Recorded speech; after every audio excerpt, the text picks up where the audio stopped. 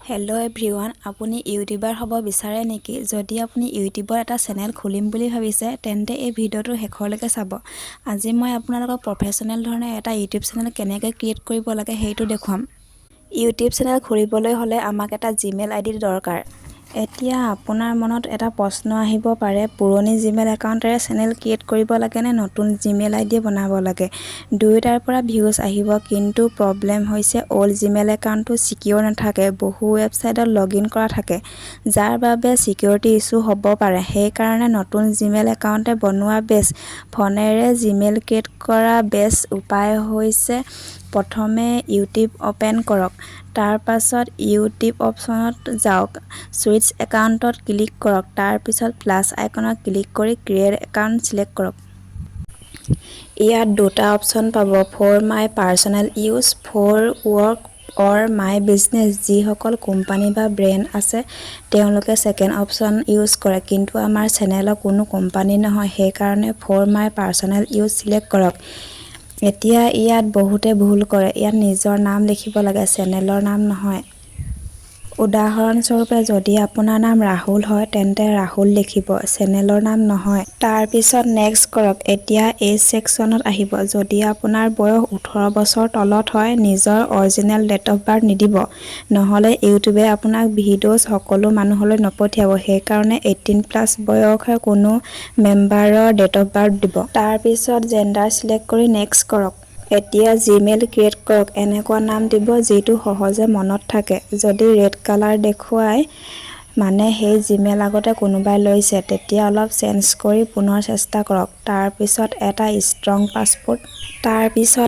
Strong password বনাওক। নিজৰ নাম, মোবাইল নাম্বাৰ বা 1234 টাইপ পাছৱৰ্ড নিদিব, নহ'লে আপোনাৰ চেনেল হেক হ'ব পাৰে। তাৰ পিছত নেক্সট কৰি আই এগ্ৰীত ক্লিক কৰক।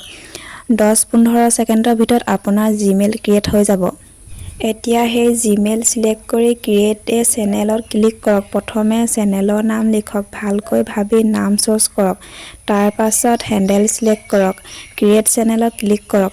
চেনেল ক্ৰিয়েট হৈ গ'ল, কিন্তু এতিয়াও ভিউজ নাহিব। এতিয়া আমি ভাইৰেল ছেটিং কৰিম। এই ছেটিং ইউটিউব এপ বা YT ষ্টুডিঅ' এপত নহয়, গুগল ক্ৰমত কৰিব লাগিব। ক্ৰম অ'পেন কৰি ডেস্কটপ ছাইট অন কৰক আৰু চাৰ্চ কৰক studio.youtube.com।